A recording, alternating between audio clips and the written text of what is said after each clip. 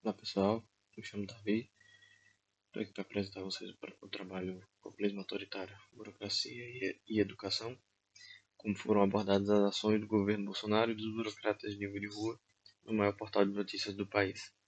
Esse trabalho é fruto do PIBIC, ciclo 2023-2024 da EASP.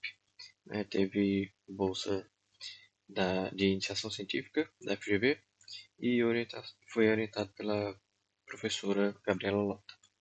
A gente vai passar por esses conteúdos ao longo da apresentação, começando por contexto objetivo. O campo de estudo desse trabalho engloba tanto o populismo autoritário quanto burocratas de nível de rua. A relevância do trabalho é que esses temas são crescentes no campo da administração pública.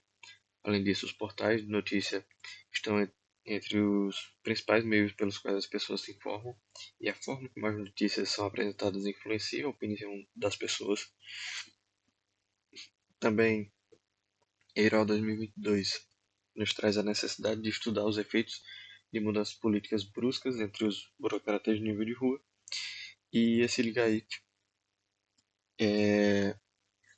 nos fala sobre a necessidade de estudar a reconfiguração das relações político-administrativas, principalmente no contexto de ascensão da extrema-direita, que ascende ao poder não por golpes, mas por meio das eleições. O objetivo do trabalho é investigar como um portal de notícias de grande relevância aborda as ações de um governo populista autoritário e as reações dos burocratas de nível de rua no âmbito da educação.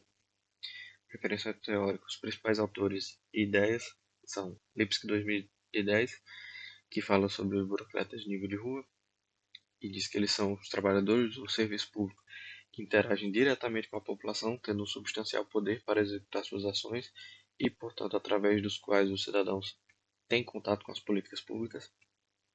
Barroso 2023 e Mota e Haber afirma que o populismo é um simulacro de ideologia, então é necessário trazer um outro conceito que seja um adjetivo e contextualize a origem e prática desse populismo.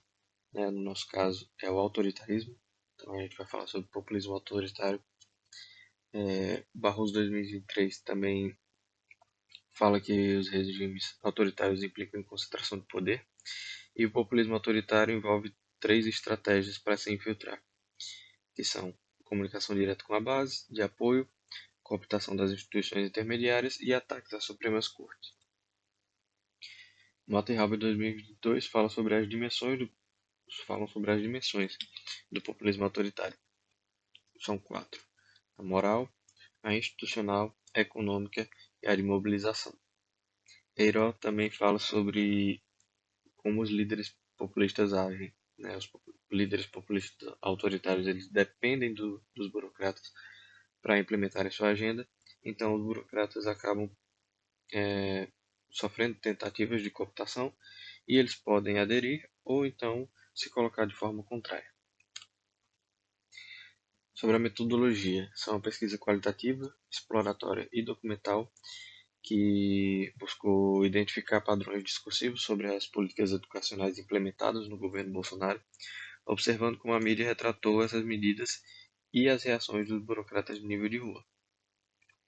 A amostragem dos dados foram os títulos, subtítulos e links das notícias das primeiras páginas dos editoriais de Educação e Política do G1, que é considerado o maior portal de notícias do país nos últimos anos.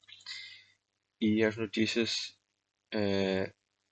as páginas foram as páginas dos dias 30 de janeiro de 2020 até 31 de dezembro de 2022, que compreende o período de crise de Covid-19, da pandemia de Covid-19 durante o governo Bolsonaro. As ferramentas utilizadas foram a Wayback Machine para capturar as páginas de dias anteriores e se utilizou a técnica de web scraping, utilizando a linguagem de programação Python para pegar os títulos, subtítulos e links dessas notícias. Através disso foi feita uma análise textual dos títulos e subtítulos utilizando o software Iramutec. principais resultados, a gente conseguiu fazer uma nuvem de palavras, que traz aí as palavras mais citadas nos títulos e subtítulos, uma análise de similitude, que mostra como essas palavras se conectam com outras palavras, né? As palavras mais citadas se conectam com outras mais citadas e também agrupa elas em grupos de palavras mais próximas. E um dendrograma que nos mostra classes de palavras, né? Utilizando como as notícias se destacam de maneiras diferentes, como elas se classificam de maneiras diferentes, mostrando quais são as mais próximas, as mais distanciadas e quais são as palavras que mais aparecem em cada uma dessas classes. Isso nos permitiu entender melhor os assuntos abordados em todas essas notícias ao longo desses anos e, assim, fazer conexões com o nosso referencial teórico. Então, sobre as estratégias de populismo autoritário que foram delineadas por Barroso, as que ficaram mais evidentes foram a cooptação de instituições intermediárias e o ataque às Supremas Cortes, e que não ficou tão evidente foi a comunicação direta com a base de apoio. Das dimensões do populismo autoritário apontadas por Mota e Halber, as mais evidentes, as que ficaram evidentes foram a dimensão institucional e a dimensão econômica, e as que não foram evidenciadas foram a moral e de mobilização. Sobre os burocratas de nível de rua, infelizmente poucas notícias se relacionam com a reação desses trabalhadores, né, no setor da educação.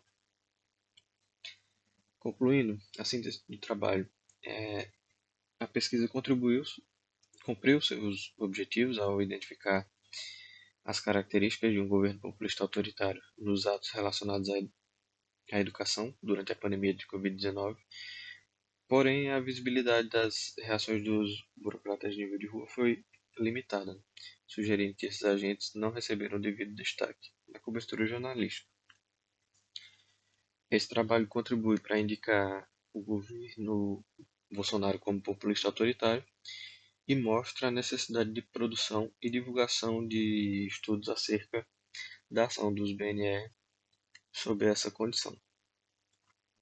Futuros estudos, né, algumas ideias para futuros estudos, para compreender melhor as ações e reações dos burocratas de nível de rua nas universidades federais, podem ser feitas pesquisas em rede, articulando diferentes laboratórios. Já no ensino básico, estudos de caso em escola podem aprofundar a compreensão sobre os desafios enfrentados pelos burocratas de nível de rua nesse setor. Bom, termino aqui agradecendo à FGV, ao Programa de Iniciação à Pesquisa da EASP, a professora Gabriela Lota pela orientação e a professora Carla Campana pelas aulas que ajudaram a desenvolver as habilidades necessárias para realizar esse trabalho.